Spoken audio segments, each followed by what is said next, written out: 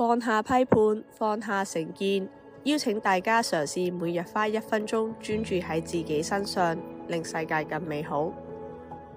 Hello， 大家好，歡迎收聽靜心1分鐘，我係主持 Tanya。Hello， 好耐冇見，離開咗差唔多1年，我終於返嚟啦。大家最近幾好嗎？唔經唔覺呢1年都就嚟去到一半，時間過得真係快。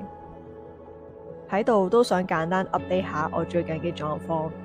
話說上年份新工嘅合約呢，啱啱就去到今年4月到期，而因為某一啲原因，我決定唔再續約。其中一樣係因為對上呢一份工俾人騷擾。有啲人認為我呢個決定好傻，佢哋會覺得好小事，又或者佢哋聽完之後會俾建議你，就好似佢會建議你當時應該即刻兇返對方轉頭，等佢知驚知難而退。咁我相信講出嚟，其實大家都知道理應係點樣可以更加好去回應或者處理呢一件事啦，但我當下真係反應唔切，亦都做唔到。點解？因為呢啲都同我哋喺生命中所承受嘅創傷有關。今集想講下創傷反應同我哋嘅關係。首先，嗰2次嘅騷擾，我從來都冇想象過，原來呢啲事都會發生喺我身上。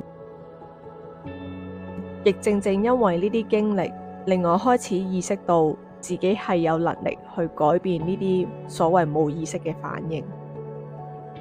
講返件事啦，當時對方嘅行為好直接咁樣引發到我嘅創傷反應。事後我都好自責，因為我冇能力保護好自己嘅同時，可以作出反擊。同一時間我都好感到憤怒。因為我覺得被對方調戲之餘，完全唔覺得備受尊重。之後我都有同臨床心理學家分享我喺工作上面遇到嘅呢啲經歷。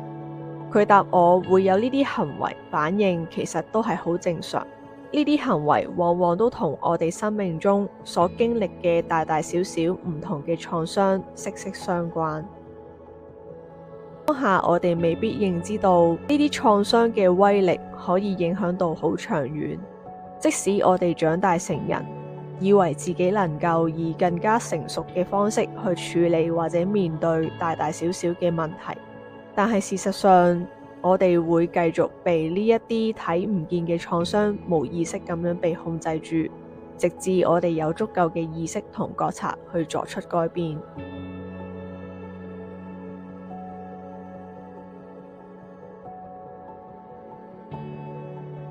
喺度，首先我哋需要去了解創傷嘅定義，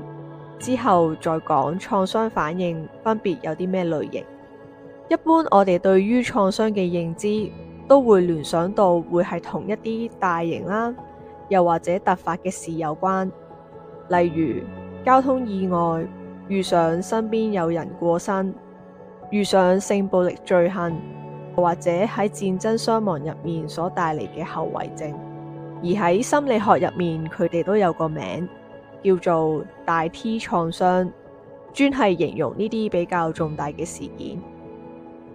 咁有得大 T 呢個稱號，咁即係就有細 T 啦。細 T 創傷係講緊件事發生嘅當下，我哋未必會有任何嘅生命危險，相反係透過蠶食心理健康嘅經歷，長期累積而成。咁就好似長期嘅言語暴力啦，原生家庭嘅情緒勒索，經常地不被理解或者重視啦，經常經歷失敗或者被拒絕等等都有關。值得留意嘅位係，好多人都會覺得呢啲事其實好雞毛蒜皮，好容易就定義對方，小事化大。我哋極度容易會睇低細 T 創傷帶俾自己嘅影響。實際上，佢哋對人體身心所造成嘅傷害，絕對唔比大 T 嘅細。所謂嘅創傷，其實係講緊發生嗰件事嘅嚴重程度，其實遠遠已經超過當事人所能夠承受同埋適應嘅能力範圍。呢個時候，大腦嘅杏仁核會視呢啲嘢有威脅性，之後就向神經系統發出警報信號，令我哋下意識咁啟動咗唔同本能嘅防衛機制，亦即係我哋經常聽到嘅戰或逃模式。最廣為人知嘅，不得不提及心理學家 Pat Walker 提出嘅4F 創傷反應模型，包括係戰鬥、逃跑、凍結同埋討好反應。順帶一提，我哋經常喺坊間聽到嘅一啲焦慮型啊，又或者迴避型等等嘅人格呢，其實同創傷反應都有住非常直接同埋延伸嘅關係。咁呢個我就留翻俾大家去思考下，佢哋之間存在住點樣嘅關係啦。臨床發現，當人喺面對創傷嗰陣，係唔會淨係用單一或者固定嘅模式，基本上會同時出現2種或以上嘅創傷反應，而呢個係極為常見嘅，通常會呈現2大類：混合型同埋階段型反應。